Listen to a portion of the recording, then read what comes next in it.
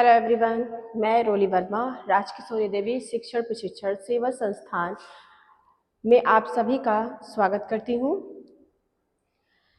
जैसा कि हमने लास्ट क्लास में अपना अध्ययन किया था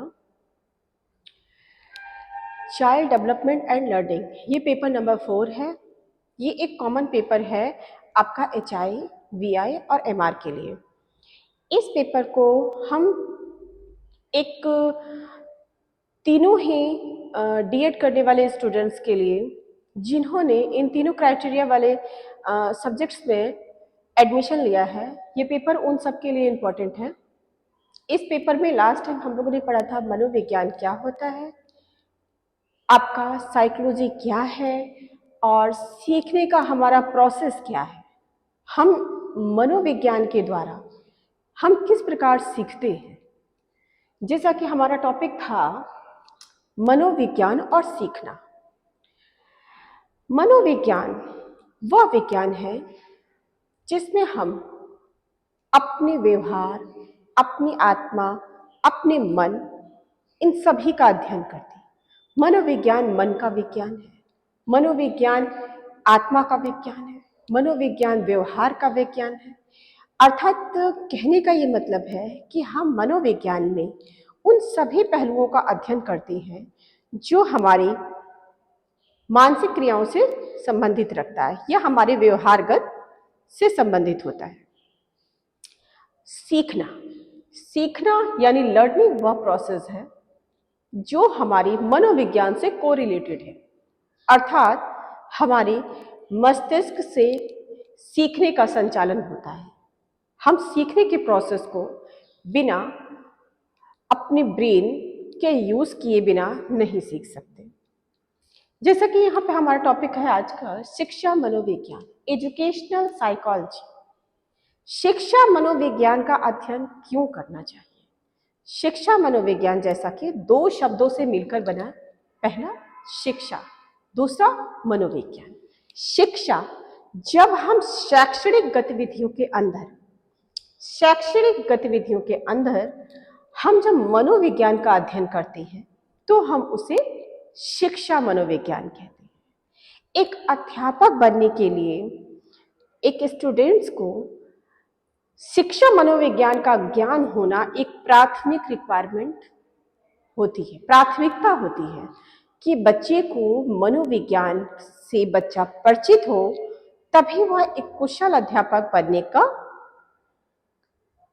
गुण विकसित कर सकता है। वह एक कुशल अध्यापक शिक्षा मनोविज्ञान अर्थात मनोविज्ञान का अध्ययन करे बिना नहीं बन पाएगा एक आदर्श शिक्षक। क्यों? क्योंकि अपने क्लासरूम में जब हम हमें अपने क्लासरूम में छात्र एवं छात्राओं को शिक्षा देनी होती है, तो हमें अपने क्लासरूम में व्यवस्थित सभी बच्चों का व्यवहार तथा उनकी रुचि, अभिरुचि, इन सभी का ज्ञान होना बहुत आवश्यक है। और उनकी IQ लेवल कितना है बच्चे का, तब हम अपने उन बच्चों के अकॉर्डिंग अपने शिक्षण कार्यक्रम को उनके अनुसार बना पाएंगे। एक अध्यापक होने के नाते शिक्षक को अगर शिक्षा मनोविज्ञान की शिक्षा ना दी जाए तो वह एक कुशल अध्यापक कभी नहीं बन पाएगा, क्योंकि उसे अपने बच्चों के साथ क्लासरूम में अलग अलग भांति प्रकार के बच्चे होते हैं, अलग अलग स्टूडेंट्स होते हैं। उनके लिए हमें उनके व्यवहार को समझना, उनके मस्तिष्क क्रियाओं को समझना, उनकी मन की बातों को समझना बहुत आवश्यक है। अर्थात हम यहाँ कह सकते हैं कि शिक्षा मनोविज्ञान अध्यापक बनने का मूलभूत आधार। अगर आज एक शिक्षक तब तक कुशल शिक्षक नहीं बन सकता जब तक वह अपने बच्चों के या छात्रों के मनोविज्ञान यानी व्यवहारगत और उनकी मानसिक क्रियाओं से परिचित ना हो। शिक्षा मनोविज्ञान दो शब्दों के योग से बना है, शिक्षा और मनोविज्ञान। यह एक प्रभावी कैसे बनता है? जब हम शैक्षणिक गतिविधियों के अंतर्गत जब हम विज्ञान का उपयोग करते हैं चीजों को समझने के लिए, बच्चे का पाठ्यक्रम बनाने के लिए, मूल्यांकन करने के लिए, क्योंकि शैक्षणिक गतिविधियों में हमें इन सभी की आवश्यकता होती है। अपने पाठ्यक्रम को पूरा करने के लिए, बच्चों के मूल्यांकन के लिए, बच्चों के शैक्षिक समस्याओं का समाधान करने के लिए। अर्थात मूलभूत आधार है शिक्षा मनोविज्ञान। शिक्षा मनोविज्ञान जब तक शिक्षा के उद्देश्यों को पूरा करने के लिए वह सहायक उपकरण की तरह है। अगर एक शिक्षक को शिक्षा मनोविज्ञान का ज्ञान ना हो तो वो अपने शैक्षणिक उद्देश्यों को पूरा नहीं कर पाएगा, जैसा कि शिक्षण विधि, पाठ्यक्रम, मूल्यांकन, अनुशासन, यह सब आपके मनोविज्ञान से प्रभावित होते हैं। अर्थात हमें इन सभी को पूरा करने के लिए, मूल्यांकन की प्रक्रिया को पूरा करने के लिए, अपनी शैक्षणिक गतिविधियों को पूरा करने के लिए एक मनोविज्ञान का ज्ञान होना बहुत आवश्यक है। अब देखिए, अलग अलग वैज्ञानिकों ने शिक्षा मनोविज्ञान की अलग अलग परिभाषाओं को दिया है। जैसा कि स्किनर के अनुसार शिक्षा मनोविज्ञान शैक्षिक परिस्थितियों में मानवीय व्यवहारों का अध्ययन है। स्किनर के अनुसार शिक्षा मनोविज्ञान शैक्षणिक परिस्थितियों में मानव के व्यवहार के अध्ययन करता है तथा शिक्षा मनोविज्ञान अर्थ शिक्षा में जो सामाजिक प्रक्रिया है और मनोविज्ञान से जो व्यवहार संबंधी विज्ञान है को ग्रहण करता है। अब सेकंड है वैज्ञानिक कौन से? क्रो एंड क्रो का क्या कहना था? शिक्षा मनोविज्ञान व्यक्ति के जन्म से लेकर के वृद्धावस्था तक सीखने की प्रक्रिया और अनुभव का वर्णन तथा व्याख्या करता है। शिक्षा मनोविज्ञान मनुष्य जन्म से लेकर मृत्यु तक जो भी चीजें, वृद्धावस्था तक जो भी चीजें व्यक्ति सीखता है, उन सभी अनुभवों को सीखने की जो प्रक्रिया होती है उनका वर्णन शिक्षा मनोविज्ञान करता है। अब हम बात करते हैं नेक्स्ट, शिक्षा मनोविज्ञान की मुख्य तथ्य कौन कौन से? जैसे शिक्षा मनोविज्ञान का केंद्र मानव व्यवहार है। शिक्षा मनोविज्ञान की खोज और निरीक्षण से प्राप्त किए गए तत्वों का संग्रह है। नेक्स्ट पॉइंट है आपका, शिक्षा मनोविज्ञान से संग्रहित ज्ञान को सिद्धांत के रूप में प्रदान किया जाना ही मूल्य उद्देश्य है। शिक्षा मनोविज्ञान एक ऐसा मनोविज्ञान है जिसके बिना एक कुशल अध्यापक बनने की प्रक्रिया को पूरा किया ही नहीं जा सकता, क्योंकि शैक्षणिक परिस्थितियों में अध्यापक जिन समस्याओं का सामना करता है वह बिना मनोविज्ञान के ज्ञान के संभव नहीं है।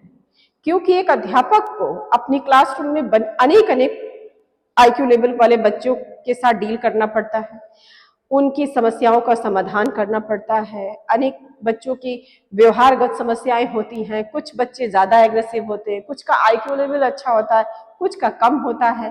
तो मूल्यांकन प्रक्रिया करने में हमें मनोविज्ञान की आवश्यकता पड़ती है।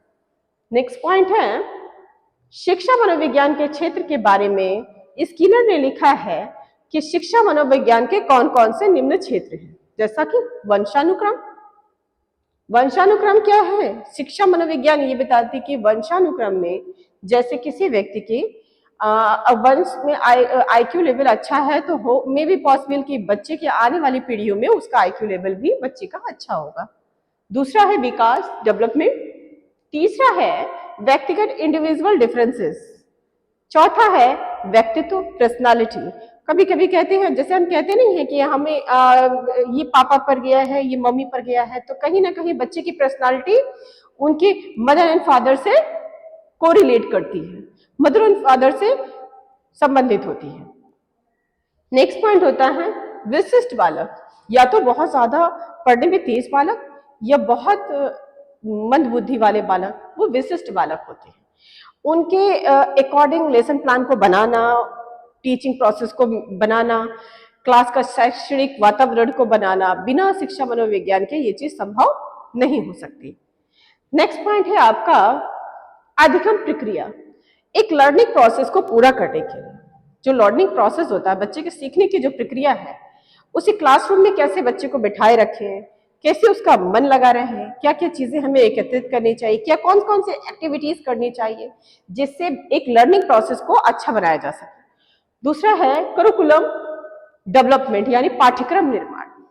अगर एक पाठ्यक्रम निर्माण में शिक्षा मनोविज्ञान बहुत महत्वपूर्ण स्थान रखता है। क्यों?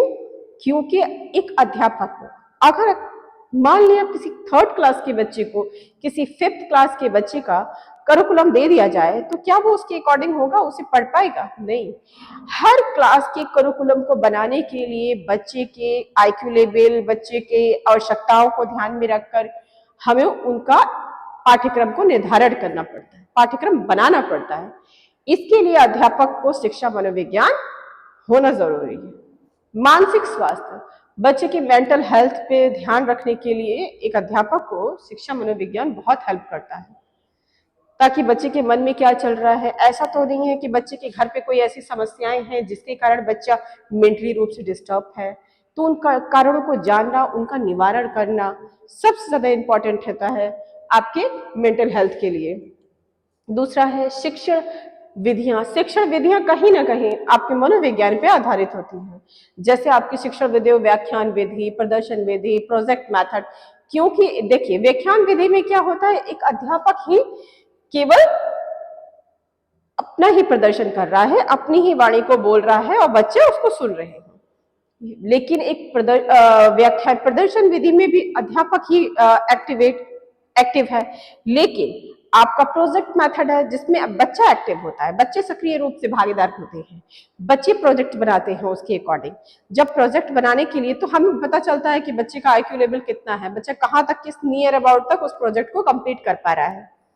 तो हमारी जो टीचिंग प्रोसेस है या टीचिंग मेथड्स हम कह सकते हैं, इसके लिए शिक्षा मनोविज्ञान बहुत सहायक होता है। निर्देशन एवं परामर्श, एक कुशल शिक्षक मनोवैज्ञानिक एक कुशल काउंसलर भी हो सकता है, निर्देशन एवं परामर्श भी लोगों को दे सकता है। मूल्यांकन, मापन एवं मूल्यांकन, जैसे कि मैंने पहले भी ऊपर आप लोगों को बताया था कि मूल्यांकन करने के लिए मनोविज्ञान का ज्ञान होना बहुत आवश्यक है। क्योंकि अगर हम मूल्यांकन, जैसे अगर थर्ड स्टैंडर्ड के बच्चे का मूल्यांकन स्तर हम 10th स्टैंडर्ड के बच्चे की तरह मूल्यांकन कर रहे हैं, तो कहीं ना कहीं हम थर्ड स्टैंडर्ड के बच्चे का मूल्यांकन में गड़बड़ी कर रहे हैं। अर्थात मूल्यांकन भी बच्चों के स्तर के अनुसार होना चाहिए, बच्चों की आयु के अनुसार होना चाहिए, उनकी योग्यताओं के अनुसार होना चाहिए। मूल्यांकन करने का भी प्रोसेस होता है जो हमें बच्चे की एज के अनुसार, उनकी आईक्यू लेवल के अनुसार, उनकी क्षमताओं के अनुसार बनाना पड़ता है। समूह गतिविधियां, ग्रुप डायनेमिक्स क्या होते हैं? अनुसंधान, हम रिसर्च कर सकते हैं मनोविज्ञान के द्वारा। अब जैसे किसी भी क्लास के बच्चों को, अब किशोर अवस्था, नेक्स्ट है एडोलसेंस। किशोर अवस्था एक ऐसी अवस्था है जिस समय बच्चे के मानसिक स्थिति इतनी ज्यादा इनबैलेंस्ड होती है, कहने का मतलब इनबैलेंस्ड होती है, जब हमें बच्चे को इनबैलेंस्ड गतिविधियों को पूरा करने के लिए उनकी बहुत सारी क्वेरीज होते हैं, बहुत सारे क्वेश्चंस बच्चे करते हैं, बहुत अजीब अजीब सा बिहेवियर करते हैं। ये एक उतार चढ़ाव का स्टेज होता है जिस वक्त बच्चे को बहुत ज्यादा मेंटली हेल्प की आवश्यकता होती है। उस वक्त मनोविज्ञान बहुत इंपॉर्टेंट होता है एक बच्चे के लिए।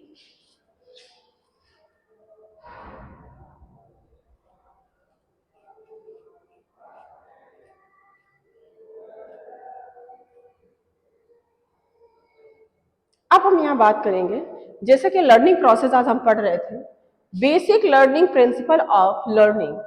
बेसिक लर्निंग प्रोसेस जो है हमारे आधारभूत सीखने की प्रक्रिया का जो भी मेथड्स है, वो हमें तीन अलग अलग वैज्ञानिकों ने अलग अलग दिया है। जैसे थॉर्नडाइक ने अपना दिया है, पावलोव ने अपना दिया, स्किनर ने अपना, बंडूरा ने, जीन पियाजे ने अपना दिया है, vygotsky ने अपना दिया हुआ है। अब हम आज बात करेंगे सबसे पहले थॉर्नडाइक की। थॉर्नडाइक का सीखने का सिद्धांत, थॉर्नडाइक का जो नियम था वो प्रयत्न और भूल के सिद्धांत पर आधारित है। इसमें प्रयास एवं त्रुटि के सिद्धांत भी कहते हैं। थॉर्नडाइक के सिद्धांत को हम प्रयास और त्रुटि का सिद्धांत भी कहते हैं। थॉर्नडाइक ने एक विशेष परिस्थितियों में इसका अध्ययन पशु पक्षियों और बच्चों पर किया। अब हम बात करेंगे जिसे उन्होंने अपने प्रयोग में इन्होंने एक भूखी बिल्ली को पिंजरे में बंद कर दिया और पिंजरे के बाहर भोज्य पदार्थ को रख दिया। बिल्ली के लिए भोजन एक उद्दीपक का रूप में कार्य किया। उद्दीपक के कारण उसमें प्रतिक्रिया आरंभ हुई। जब बिल्ली ने बाहर निकलकर भोजन प्राप्त करने के लिए कई प्रयत्न किए और पिंजरे के चारों ओर घूम करके कई पंजे मारे और प्रयत्न करते करते अचानक उस तार को खींच लिया जिससे पिंजरे का दरवाजा खुलता है।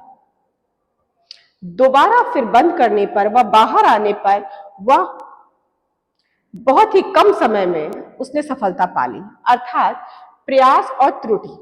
यहां कहने का मतलब होता है जो थॉर्नडाइक ने अपना प्रयोग एक बिल्ली पर किया। सबसे पहले उन्होंने बताया कि जैसे एक बिल्ली को पिंजरे में बंद किया गया और बाहर खाना रखा, बिल्ली ने खाने को प्राप्त करने के लिए पिंजरे से बाहर जब आई उसको निकाला गया तो उसने खाने को जैसे प्राप्त किया तो पिंजरे का तार खींच लिया और वो तार बंद खींचते ही बिल्ली दोबारा पिंजरे में बंद।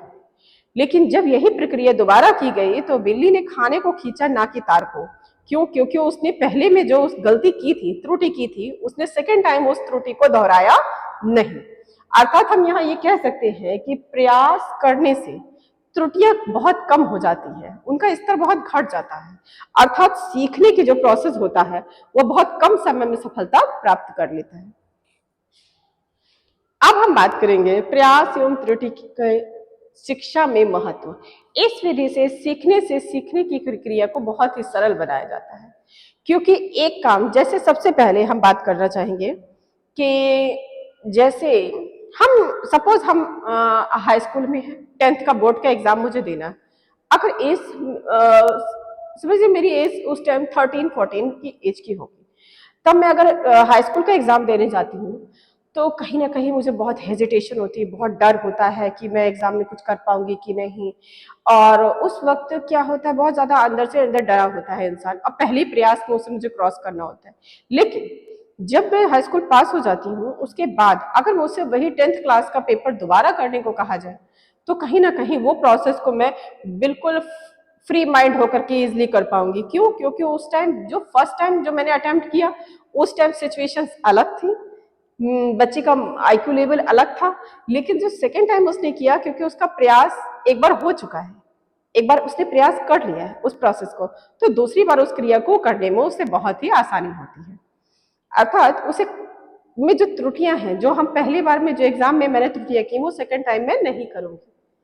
तो प्रयास से हमारी त्रुटियों की संख्या कम होती है। दूसरा है, यह सिद्धांत करके सीखने पर ज्यादा बल देता है। इंसान जब एक ही काम को 2 से 3 बार करता है या 4 बार करता है तो कहीं ना कहीं उसका प्रोसेस जो होता है स्टेबल हो जाती है कंडीशन। बच्चे में त्रुटियां बिल्कुल नहीं होती, लास्ट टाइम तो बच्चा तुरंत ही प्रोसेस को बहुत जल्दी कंप्लीट कर लेता है। यहां हम एक छोटी सी बात कहना चाहेंगे, जैसे एक छोटा सा बच्चा है 3 इयर्स या 4 इयर्स का है, 4 इयर्स का है, उसने पढ़ना स्टार्टिंग किया है, एबीसीडी पढ़ना शुरू करा है। तो जब उसने एबीसीडी पूरा सीख लेता है बच्चा, तो उसकी एज 5 इयर्स है सपोज, तो बच्चे में क्या है, उस एबीसीडी को करने के लिए बच्चे में त्रुटियां बिल्कुल नहीं होंगी। क्यों? क्योंकि उसने इस प्रोसेस को अच्छे से सीख लिया है।